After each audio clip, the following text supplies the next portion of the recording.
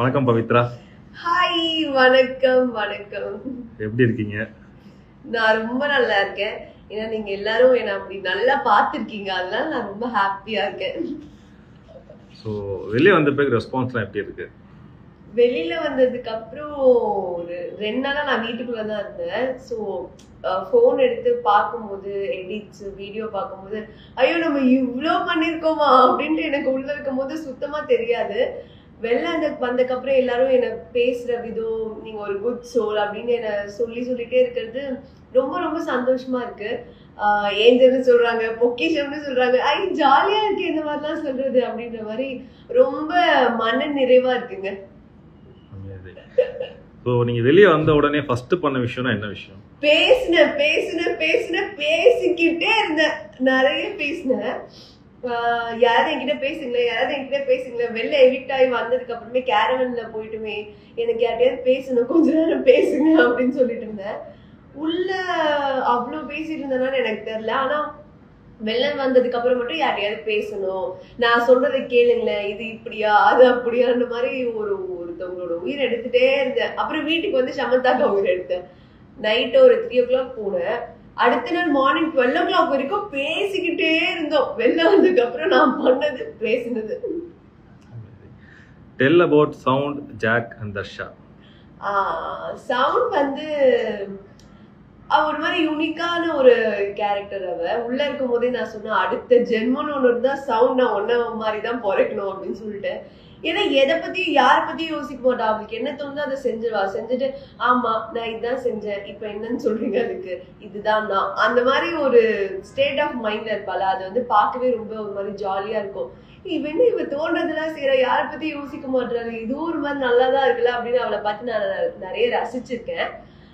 Jack பத்தி சொல்லணும்னா, jack ஒரு மாதிரி பயங்கர என்ன சொல்றது, எதுனாலும் பாத்துக்கலாம், எப்ப எது நடந்தாலும் யாருக்கு என்ன நடந்தாலும் பாத்துக்கலாம் மச்சான், இது ஒரு சின்ன விஷயம், இதுக்கெல்லாம் போய் ரியாக்ட் பண்ற. வீக்கெண்ட் திட்டு வாங்கிட்டு இருப்போம், அப்ப கூட அவ ஓகே சார் அப்படின்ட்டு போயிருவா அசால்ட்டா. இது இவ்வளவு கூலா இருக்கா, பயங்கர ஒரு மாதிரி அவளை பார்க்கும் போதே நம்ம இந்த மாதிரி ஹேண்டில் பண்ணோம் சில விஷயங்களா அப்படின்னு தோணும். தர்ஷா பத்தி சொல்லணும்னா, அவங்க ரொம்ப ரொம்ப இன்னசென்ட். அவங்களுக்கு அவங்களுக்கு கலாய்க்கிறாங்க, கொஞ்சம் எனக்கும் அப்படிதான் கலாய்க்கிறாங்கன்னு தெரியாது. அவளுக்குமே இது வந்து இது இப்படி பாக்குறாங்களோ, இது நம்ம இப்படி யோசிக்கலாம்ல அப்படின்னு அவள் பெருசா யோசிக்கவே மாட்டா. அவ என்ன நினைக்கிறாளோ அதை அப்படியே பார்த்து அதை அப்படியே சொல்லி ஒரு மாதிரி அப்படியே இருந்து அவ பழகிருக்கா. அவளை பார்க்கும் போதும் ஐயோ பாவம் இந்த பொண்ணு இன்னசென்ட்டா இருக்காளே, அந்த மாதிரி சில இடங்கள்ல எல்லாம் தோணும். அவளை இந்த எல்லாருமே எனக்கு ரொம்ப பிடிக்கும். ராணுவ பத்தி சொல்லுங்க. ஐயோ ராணுவ பத்தி சொல்லுனா, ராணுவ பயங்கரமான ஃபன்னான ஒரு பர்சன். நான் ஏதோ ஒண்ணு பண்றேன் பவித்ரா, நான் ஏதோ ஒண்ணு பண்றேன், நான் அதை பண்றேன் இது பண்றேன், என்னப்பா நீ பண்ற, கடைசி வரைக்கும் எனக்கு தெரியவே இல்லையே, அந்த மாதிரி இருந்துச்சு. ஒரு ஜாலியா இருக்கும் ராணுவ இருந்துச்சுன்னா. அவரு இத பேசுறாரு அதை சொல்றாருன்றதை தாண்டி சீரியஸான கான்வர்சேஷன்ல கூட ராணுவ பார்த்தா எனக்கு சிரிப்பு வந்துடும். ராணா ஒரு நல்ல பர்சன், ஒரு குட் சோல் அந்த வீட்டுக்குள்ள. அவரை சுத்தி என்ன நடக்குதுன்னா தாண்டி அவர் அங்க என்ன பண்றாரு அதுலதான் அவர் போக்கஸ்டா இருப்பாரு. ஃபன்னா ஜாலியா இருப்பாரு ராணா. பிபில நீங்க ரொம்ப என்ஜாய் பண்ண டாஸ்க்னா என்ன டாஸ்க் சொல்லுங்க? செங்கலா சொல்லுவேன். ஏன்னா என்ன ஒரு முயல் குட்டி நம்மளால அவ்வளவு ஹோல்ட் பண்ண முடியுமான்னு எனக்கே அன்னைக்கு தான் தெரிஞ்சிச்சு. அந்த டாஸ்க்ல வந்து அவ்வளோ பேர் என்ன இழுத்தாங்க, நான் அப்படியே புடிச்சிட்டே இருந்தது வந்து எனக்கே ஆச்சரியமா இருந்தது. பரவாயில்லையே நம்ம கொஞ்சம் ஸ்ட்ராங்கா தான் இருக்கும் போலயே அப்படின்னு நான் யோசிச்சது வந்து செங்கலா டாஸ்க்ல தான். சோ எனக்கு அந்த டாஸ்க் ரொம்ப பிடிக்கும். நீங்க ஃபைனலிஸ்ட் ஆவீங்கன்னு எதிர்பார்த்தீங்களா? என்னங்க கேள்வி இது, புரியல எனக்கு. நான் தாங்க கப்பை ஜெயிப்பேன்னு எதிர்பார்த்தேன். எதிர்பார்க்காம எப்படிங்க பிபிக்குள்ள வர முடியும்? ஃபைனலிஸ்ட் ஆவன்னு எதிர்பார்த்தேன் கண்டிப்பா. ஒரு பாயிண்ட் வரைக்கும் என்னன்னா, எனக்கு புரிய ரொம்ப லேட் ஆயிடுச்சு. இது என்னவா இருக்கும், ஏன் நம்மள எல்லாரும் இப்படி சொல்றாங்க அப்படின்னு ஒரு டவுட் இருந்துட்டே இருந்துச்சு. அதுக்கப்புறம் நானா ஒண்ணு கத்துக்கிட்டு விளையாட ஆரம்பிச்சதுக்கு அப்புறம் எனக்கு ரொம்ப ஒரு மாதிரி கான்பிடன்ஸ் வந்துச்சு. நான் ரொம்ப ஜாலியா ஃபைனலிஸ்ட்ல கப் அடிக்கிறோம்டா அப்படின்னு ஒரு மைண்ட் செட்ல விளையாடிட்டு இருந்தேன். அமேசிங். உங்களுக்கு பிபில பிடிச்ச பர்சன் யார், அவங்கள பத்தி சொல்லுங்க. ரொம்ப பிடிச்ச பாட்டு வந்து ஆனந்தி. ஆனந்தி எனக்கு ரொம்ப பிடிக்கும் பிபில. ஏன்னா அவ நிறைய இடங்கள்ல வந்து அவளோட பெர்ஸ்பெக்டிவ் ரொம்ப டிஃப்ரெண்டா இருக்கும். நானும் அவளும் பேசும்போது எங்களோட 2 பேருமே ஒரே பெர்ஸ்பெக்டிவா அவ வேற விதமா சொல்லுவா, நான் வேற விதமா சொல்லுவேன். அவளை நான் ரொம்ப நம்பினேன் நிறைய இடத்துல. அந்த நம்பிக்கைக்கு வந்து அவ என்னைக்குமே எனக்கு வேற எதுவுமே அவ லைக் எப்படி சொல்றது, கேமுக்காகவோ எதுக்காகவோ ஒருத்தவங்களை கீழே தள்ளணும், இல்ல அவங்கள பத்தி நம்ம தப்பா பேசணும், இல்ல அவங்கள பத்தி நம்ம வேற ஏதாவது அங்க போய் பேசணும், அந்த மாதிரிலாம் எதுவுமே இல்லாம அவ ரொம்ப ஜென்யூனா இருந்தா, ரொம்ப உண்மையா இருந்தா. ஸோ வந்து எனக்கு ரொம்ப பிடிச்சது அவளோட கேரக்டர், அவளோட எல்லாமே எனக்கு பிடிச்சது. அப்படி சொன்னா எனக்கு ஆனந்தியும் ரொம்ப பிடிக்கும். ஸோ நிறைய கமெண்ட்ஸ் பார்த்தீங்கன்னா பவி அக்கா லவ் யூ, பவி அக்கா miss you, well plate. Love you guys, love you guys, love you so much. அடுத்த சீரியலா இல்ல படமா? இப்ப நான் என்ன சொல்லுவேன், பாப்போமே என்ன வருதுன்னு கொஞ்சம் வெயிட் பண்ணி பார்க்கலாம். நானுமே அந்த மைண்ட் செட்ல தான் இருக்கேன், கொஞ்சம் டைம் கொடுத்து பார்க்கலாம் அப்படின்ட்டு. அஃப்கோர்ஸ் நம்ம நெக்ஸ்ட் லெவல் ஏதாவது யோசிக்கணும் அப்படின்ற ஒரு மைண்ட் செட் எல்லாருக்குமே இருக்கும் இல்லையா. ஏன்னா நான் ஒரு 10 years கிட்டக்க சீரியல் பண்ணியிருந்தேன். இதுக்கப்புறம் நான் எக்ஸ்ப்ளோர் பண்ணணும், நிறைய கத்துக்கணும் அப்படின்னா நான் நெக்ஸ்ட் லெவல் போகணும். ஸோ அதுக்காக தான் நான் வெயிட் பண்ணிட்டு இருக்கேன். தீபக் அண்ணா பத்தி சொல்லுங்க. தீபக் அண்ணா வந்து பிக் பாஸ் சொன்ன மாதிரி ஒரு ஜென்டில்மேன் அவரு. ஏன்னா அவருக்கு 25 years எக்ஸ்பீரியன்ஸ் தான் இந்த கேம் ஃபுல்லா அவருக்கு ஹெல்ப் பண்ணிருக்குன்னு நான் நினைக்கிறேன். ஏன்னா அந்த அளவுக்கு ஒரு மாதிரி மெச்சோர்டா எந்த இடத்துல என்ன பேசினா சரியா இருக்கும், எந்த இடத்துல என்ன பேசக்கூடாது, யாரை என்ன சொல்லணும், யாரை என்ன சொல்லக்கூடாதுன்னு ஒரு மாதிரி பக்கா பிளான்டா இருக்கும். அவரோட மைண்ட் செட் வந்து ரொம்ப இது இப்படிதான் போகணும், இது இப்படிதான் இருக்கணும். பிக் பாஸ்க்கே அவர் வந்து டஃப் கொடுக்குற அளவுக்கு அவரோட தாட் ப்ராசஸ் இருக்கும். ஒரு மாதிரி அவருக்கும் கொஞ்சம் என்ன மாதிரி ஓசிடி இருக்கு. அவரோட பெட்டை அழகா வச்சிருப்பாரு, நீட்டா ஷூவை கூட வெளில வைக்க மாட்டாரு, எல்லாத்தையும் தூக்கி பெட்டுள்ள வச்சிருப்பாரு.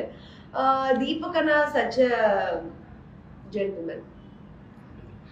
பிக் பாஸ்ல இருந்து நார்மல் லைஃப்க்கு வர உங்களுக்கு எவ்வளவு நாள் ஆச்சு? வெளியே வந்து என்னெல்லாம் பண்ணீங்க? இன்னும் நான் நார்மல் லைஃப்க்கே வரலங்க. நீங்க இது கேட்கும் போது கூட ஐயோ இப்ப நம்ம என்ன பேசுவோம் அந்த மாதிரிலாம் தான் யோசிச்சுட்டு இருந்தேன். இங்க இன்டர்வியூ வரும்போது சரி ஓகே கண்ணில் கலவரம் தெரியாம பேசணும் அப்படின்ற ஒரு மைண்ட் செட்ல தான் வந்தேன். இன்னுமே எனக்கு நைட்டு தூங்கும் போது பஸ்ஸர் அடிக்கிற சவுண்டு கேட்கும், மைக்க ஒழுங்கா மாட்டிருக்கேன் நான் செக் பண்றேன். அப்புறம் ஏதோ ஒரு மைண்டாவே இன்னும் நான் நார்மல் லைஃப்க்கே இன்னும் வரல. இன்னும் கொஞ்சம் எனக்கு டைம் ஆகும்னு நான் நினைக்கிறேன். வெளில வந்து நான் பண்ண விஷயம் பேசுறது, வீட்டுல நான் டைம் ஸ்பெண்ட் பண்ணது, வீட்டு சாப்பாடு சாப்பிட்டது மெயினா. நான் ரொம்ப மிஸ் பண்ணேன் எங்க வீட்டு சாப்பாடு. ரசம் சாதம் சாப்பிட்டேன் வந்தோடனே, எனக்கு ரொம்ப பிடிக்கும் எங்க பாட்டி வைக்கிற ரசம் சாதம். ஸோ அது எல்லாமே பண்ணேன். அடுத்த ப்ராஜெக்ட் எப்போ வரும்? எப்போ வரும் அது எனக்கே தெரியலையே. எனக்கும் அதுக்கான ஆன்சர் தெரியல. ஸோ வெயிட் பண்ண நானும் அடுத்த ப்ராஜெக்ட்காக. ஃபிங்கர்ஸ் கிராஸ்ட் எப்பவும் போல. இன்னொரு ஃபேன், உங்களுக்காக மட்டும்தான் நான் பிக் பாஸ் பார்த்தேன். நிஜமாதான் சொல்றீங்களா? Thank you so much. நன்றி. தர்ஷிகாவும் முத்துவும் பத்தி சொல்லுங்க. தர்ஷிகா முத்து தனித்தனியா சொல்லணுமா இல்ல இவங்க தனித்தனியா? தர்ஷிகா வந்து அதான் எனக்கு வெளியிலே தெரியும். அவங்க ஒரு மாதிரி நல்ல ஃப்ரெண்ட். அவங்க வெளியில இருக்கும் போது கேம்குள்ள வந்துட்டு நான் ரொம்ப ஃபோக்கஸ்டா வேற மாதிரி யோசிக்கிற ஒரு தர்ஷிகாவை பார்த்தேன். ஏன்னா அவ அவ்வளோ தெளிவா இருந்தா. இப்ப நான் இது பண்ணணும், இது செய்யணும், நம்ம இப்படி இருக்கணும் அப்படி இருக்கணும்ன்றது ஒரு கிளாரிட்டி இருந்தது அவகிட்ட. அது அந்த கேமுக்கு ரொம்பவே ஹெல்ப் பண்ணுச்சு அவளுக்கு. அதனால அவ அவ்வளோ தூரம் பிக் பாஸ்ல இருந்தா. அண்ட் அவ விளையாடுற கேம்ஸா இருக்கட்டும், அவ யோசிக்கிற விஷயங்களா இருக்கட்டும், இது எல்லாமே வந்து ஒரு டிஃப்ரெண்டான கேமுக்கு தேவையான ஒரு தர்ஷிகாவா நான் வந்து டாஸ்க்ல பிபி உள்ள இருக்கும் போது நான் பார்த்திருக்கேன். பிபி வெளியில இருக்கும்போது அவ்வளோ பேசினதுல அவ்வளோ நமக்கு தெரியாது இல்லையா, அவங்களோட பெர்ஸ்பெக்டிவ் எப்படி இருக்கும்னு எனக்கு தெரியாது. பட் உள்ள பார்க்கும்போது ஒரு மாதிரி ஸ்ட்ராங்கான ஒரு கண்டஸ்டண்டா இருந்தாங்க. முத்துவை பத்தியே சொல்லணும்னா உள்ள இருக்கும் போதே நான் சொல்லியிருப்பேன், முத்து அங்க இருக்காருன்னா நான் இந்த சைடு திரும்பி லெஃப்ட் எடுத்து அப்படி போயிருவேன் ரூமுக்குள்ள. ஏன்னா என்னப்பா இவரு இவ்வளவு நேரம் பேசிட்டு இருக்காருன்னு தோணுது. ஏன்னா நான் ரொம்ப கம்மியா பேசக்கூடிய ஆள். அப்படி இருக்கும்போது யாராவது ரொம்ப நேரம் பேசிருக்கோம் தூங்கிடுவேன், இல்லாட்டி அந்த மாதிரிலாம் ஆயிடக்கூடாதுன்றதுக்காக தள்ளி போயிடுவேன் ஒரு பாயிண்ட் வரைக்கும். அதுக்கப்புறம் நான் முத்துவை தெரிஞ்சுக்க ஆரம்பிச்சதுக்கு அப்புறம் நல்ல மனுஷப்பா இவரு, நான் ஃபர்ஸ்ட் இருந்தே பேசியிருந்துருக்கலாம்ப்பா அவரோட, அந்த மாதிரி தோணுச்சு. அவரோட கேம் ஸ்ட்ராட்டஜி இதெல்லாம் தாண்டி ஆஸ் எ ஹியூமனா அவர் நிறைய இடத்துல வந்து சொசைட்டிக்கு நம்ம இதை சொல்லணும், ஒரு ஒரு டாஸ்க் அவர் எடுத்தாலுமே இதை வந்து சமுதாயத்துல இந்த மாதிரி பார்ப்பாங்க. அப்போ ஃபார் எக்ஸாம்பிள் இந்த டாஸ்க் நீங்க இப்படி அணுகுனீங்கன்னா அப்ப சொசைட்டிக்கு என்ன கன்வே ஆகும் அப்படின்னு ஒரு மைண்ட் செட்டோட தான் எல்லா டாஸ்க்குமே அவர் விளையாடி இருக்காரு. ஸோ அந்த தாட் ப்ராசஸ் எனக்கு அவர்கிட்ட ரொம்ப பிடிக்கும். கேமை தாண்டி நம்ம சொசைட்டிக்கு ஒன்று சொல்லணும் அப்படின்னு ஆசைப்படுற விஷயம் வந்து ரொம்ப நல்லா இருந்தது. நம்ம விஜய் சேதுபதி சாரோட ஹோஸ்ட் எப்படி இருந்தது? நான் அவரோட பெரிய ஃபேன். நான் போகும்போதே சொல்லியிருந்தேன், ஃபர்ஸ்ட் எல்லாம் ஃபேனா இருக்கும்போது ஜாலியா பேசணும், ஃபன்னா இருக்கும் அப்படின்னு ஒரு மைண்ட் செட் போல ஃபர்ஸ்ட் வரமே ஒரு மாதிரி பயம்னா பயம், மரண பயம். அவரை பார்த்தோன்னே ஓகே சார், தேங்க்ஸ் சார், இப்படியேதான் வேற பண்ணிருந்தேன், எனக்கே தெரியுது அது. ஆனா ஒரு மாதிரி பயமா இருக்கும். ஏன் அந்த பயம், எதுக்கு அவ்வளவு கான்சியஸா இருந்தேன்னு எனக்கு இப்ப வரைக்கும் தெரியல. வீக்கெண்ட் ஆனா வேற நம்ம வெளில போயிடுவோமா, உள்ள இருவோமான்னு தெரியல. இப்ப நம்ம என்ன பண்ணி வச்சிருக்கோம், நம்ம என்ன பதில் சொல்லுவோம். எனக்கு இன்னொரு பிரச்சனை என்னன்னா, வாரம் ஃபுல்லா நடந்ததை பாதி மறந்துடுவேன். அவங்க கொஸ்டின் கேட்கும்போது இது நம்ம தான் பண்ணோமா, இல்ல இதுல என்ன பண்ணி வச்சிருந்தோம் அப்படின்னு ஒரு டவுட் வந்துடும். பாதி கேள்வி கேட்கும் போதே மறந்துடுவேன், ஆஃப் ஆயிடுவேன். அப்புறம் எனக்கு சொல்ல வேற வராது. அப்புறம் சரின்னு கொஞ்சம் உட்காந்துருவேன். ஒரு சில 2-3 பேர் சொன்னதுக்கு அப்புறம் ஓ இந்த கொஸ்டின் இப்படிதான் கேட்டிருக்காங்களா அப்படின்னு நினைச்சுதான் பேசியிருக்கேன். சில டைம் வந்து எனக்கு நிறைய புரிஞ்சு அதுக்கப்புறம் பேசியிருக்கேன். நான் அவரை ஒரு ஃபேனா அட்மையர் பண்ணி லைக் தூரத்துல இருந்து அவரை பாக்குறதுக்கும் இவ்வளவு கெட்டத்துல இருந்து பாக்குறதுக்கும் பயங்கர டிஃபரன்ஸ் இருக்கு. அவர் ஒரு விஷயத்த எடுத்து பேசுறதா இருக்கட்டும், அதை சொல்ற விதமே வந்து ஈச்சா நம்ம இப்படி விளையாடி இருக்கலாம்ல, நம்ம இப்படி பண்ணிட்டோம் அப்படின்ற மாதிரி ஒரு மாதிரி தப்பு சொல்றதையுமே ரொம்ப அழகா சொல்லுவாரு. இது நீங்க இப்படிதான் பண்ணணும் அப்படிதான் பண்ணணும்ன்றத வந்து ரொம்ப அழுத்தமா கரெக்டா அந்த இடத்துல நிறைய சொல்லியிருக்காரு. அவர் வீக்கெண்ட் சொன்னதுக்கு அப்புறம் எங்க எல்லாரோட கேமுமே மண்டே ஆனா வேற மாதிரி இருக்கும். சோ அவரோட இப்படி சொல்லியிருக்காரு, நம்ம இதை இப்படி மாத்திக்கணும் அப்படின்ற அளவுக்கு நாங்க எல்லாருமே ஒர்க் பண்ணிருக்கோம். அதுக்கு அவர் ஒரு பெரிய பெரிய நன்றி சொல்லணும். Thank you sir. பிக் பாஸ் வீட்ல மறக்க முடியாத மொமெண்ட்னா எதை சொல்லுவீங்க? பிக் பாஸ் வந்து அடிக்கடி இதை கலாச்சிட்டே இருப்பாரு ஒரு 4-5 வாட்டி. அது எனக்கு ரொம்ப பிடிக்கும். அதுக்கப்புறம் வெல் பிளேட் அப்படி சொல்லுவாரு அவரு. நம்ம ரொம்ப கஷ்டப்பட்டு விளையாடி வின் பண்ணா கூட சம்டைம்ஸ் அவர் சொல்ல மாட்டாரு. ஆனா அவருக்கு தோணும் போது வெல் பிளேட் அப்படின்னு சொல்லுவாரு. நான் ஒரு 3 வாட்டி வெல் பிளேட் வாங்கியிருக்கேன். அதனால எனக்கு அந்த குட்டி குட்டி மூமெண்ட்ஸா வந்து எனக்கு ரொம்ப பிடிக்கும் அவர் சொல்லுவாங்க. பிக் பாஸ்ல நீங்க கத்துக்கிட்ட ஒரு விஷயம்னா அது என்ன? நான் வெளில இருக்கும் போது ஒரு விஷயத்துக்கு ஒரே ஒரு பெர்ஸ்பெக்டிவ் தான் இருக்கும். இப்ப இவங்க அங்க போறாங்கன்னா அங்க போயிருப்பாங்க, அவ்வளவுதான் யோசிப்பேன். ஆனா இங்க பிக் பாஸ் போயிட்டு வந்ததுக்கு அப்புறம் ஒரு 10 பெர்ஸ்பெக்டிவ் இருக்கு எனக்கு. இவங்க அங்க போறதுக்கு காரணம் என்னவா இருக்கும், வேற யாராவது சொல்லி போனாங்களா, போன் வந்து போனாங்களா. ஃபார் எக்ஸாம்பிள் இந்த மாதிரி நிறைய பெர்ஸ்பெக்டிவா யோசிக்க ஆரம்பிச்சிருக்கேன். இவங்க இப்படி பண்ணிருக்காங்கன்னா அதுக்கு பின்னாடி வேற ஏதாவது ரீசன் இருக்கும், நம்ம அதை பத்தியும் யோசிக்கணும், நம்ம சைட்ல இருந்து மட்டும் பார்க்காம அவங்க சைட்ல இருந்தும் பார்க்கணும் அப்படின்னு நிறைய விஷயங்களை கத்துருக்கேன். யார் டைட்டில் வின் பண்ணுவாங்கன்னு நீங்க நினைச்சீங்க? நான் தாங்க. என்னங்க நீங்க ஓயாம இப்படி கேட்டுட்டே இருக்கீங்க. நான் வந்து பிக் பாஸ் போறேன், ஒரு ஷோக்கு போறேன்னா டைட்டில் வின் பண்ணணும் அப்படிதானங்க போவாங்க. இந்த क्वेश्चनக்கு ஆன்சர் நான் தான். actually வந்திருக்கு. you are the true winner in our eyes. true winner. thank you guys. மக்களுக்கு என்ன சொல்ல விரும்புறீங்க? மக்களுக்கு வந்து ஒரு பெரிய பெரிய பெரிய பெரிய நன்றி தான் நான் சொல்லணும். ஏன்னா என்னோட கேம் ஸ்டார்டிங்ல ரொம்ப ஸ்லோவா இருந்தது. ஏன்னா எனக்கு புரிய ரொம்ப டைம் ஆச்சு. அந்த டைம் மட்டும் எனக்கு அவங்க கொடுக்கலன்னா இந்த இடத்துல பவித்ரா யாருன்னு யாருக்குமே தெரிஞ்சிருக்காது. அந்த ஃபர்ஸ்ட் கொஞ்ச நாள் இந்த பவித்ரா தான் போல இருக்கு, அவங்களுக்கு எதுவுமே தெரியல, அவங்க எதுவுமே பண்ணலன்னு சொன்ன மாதிரி நான் வெளில வந்ததுக்கு அப்புறம் அதே தான் சொல்லியிருப்பாங்க. அவங்க எனக்கு கொடுத்த அந்த டைம் இருக்குல்ல, அது என் லைஃப்ல எனக்கு கிடைச்ச ஒரு மிகப்பெரிய என்ன சொல்றது, ஒரு மிகப்பெரிய வரம் தான் சொல்லணும். ஏன்னா அந்த டைம் எனக்கு கிடைக்கலன்னா நான் யாருன்னே ப்ரூவ் பண்ணியிருந்திருக்க முடியாது. ஸோ அந்த மாதிரி டைம் கொடுத்த மக்கள் எல்லாருக்குமே ஒரு மிகப்பெரிய நன்றி. அண்ட் நான் ஒரு இன்ட்ரோவர்ட் அப்படிங்கறது நான் பிக் பாஸ்குள்ள போய் தான் தெரிஞ்சுக்கிட்டேனே.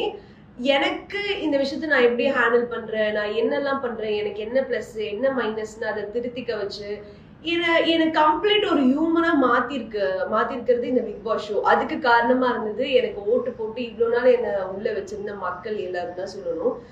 நிறைய பேர் வந்து என்ன புரிஞ்சுக்கிட்டாங்கன்னு தான் நான் சொல்லணும். ஏன்னா இவங்க எதுவுமே பண்ணலங்கிறத தாண்டி இந்த பொண்ணு சூப்பரா பண்றாப்பா, இவ இதை பண்றா அதை பண்றான்ற இடத்துக்கு என்னை மாத்தினது வந்து மக்களாகி நீங்கள் தான். அவ்வளவு நாள் என்ன நீங்க உள்ள வச்சு என்னை ஏதோ பண்ண வச்சு என்னை வந்து கம்ப்ளீட்டா மாத்திருக்கீங்கன்னு தான் சொல்லணும். அதுக்கு நான் நன்றியை தவிர லவ் யூவை தவிர என்ன சொன்னாலுமே பத்தவே பத்தாது. நான் ஒன்னே ஒண்ணு சொல்லணும்னு நினைக்கிறேன், இந்த மாதிரி சொசைட்டில நிறைய பேர் இருக்காங்க, ப்ளீஸ் அவங்களை கொஞ்சம் கன்சிடர் பண்ணுங்க. அவங்களுக்கும் இதே மாதிரி ஒரு ஸ்பேஸ் கொடுங்க. அவங்களையும் லைஃப்ல இந்த மாதிரி நிறைய அச்சீவ் பண்ண வைங்க. ஒருத்தன் பேசல அப்படின்னா அவனை போட்டு டம்ப் பண்ணி நீ பேசல இல்லை இது உனக்கு வரலன்னு சொல்றதை தாண்டி உன்னால முடியும் நீ பண்ணுன்னு கொஞ்சம் மோட்டிவேட் பண்ணீங்கன்னா எல்லாருமே வின் பண்ணலாம். நீங்களும் வின் பண்ணலாம், நானும் வின் பண்ணலாம், நம்ம எல்லாரும் ஜாலியா இருக்கலாம். ஓகேவா? அமேசிங். தேங்க்யூ மக்களே, உங்க எல்லாருக்கும் லவ் யூ.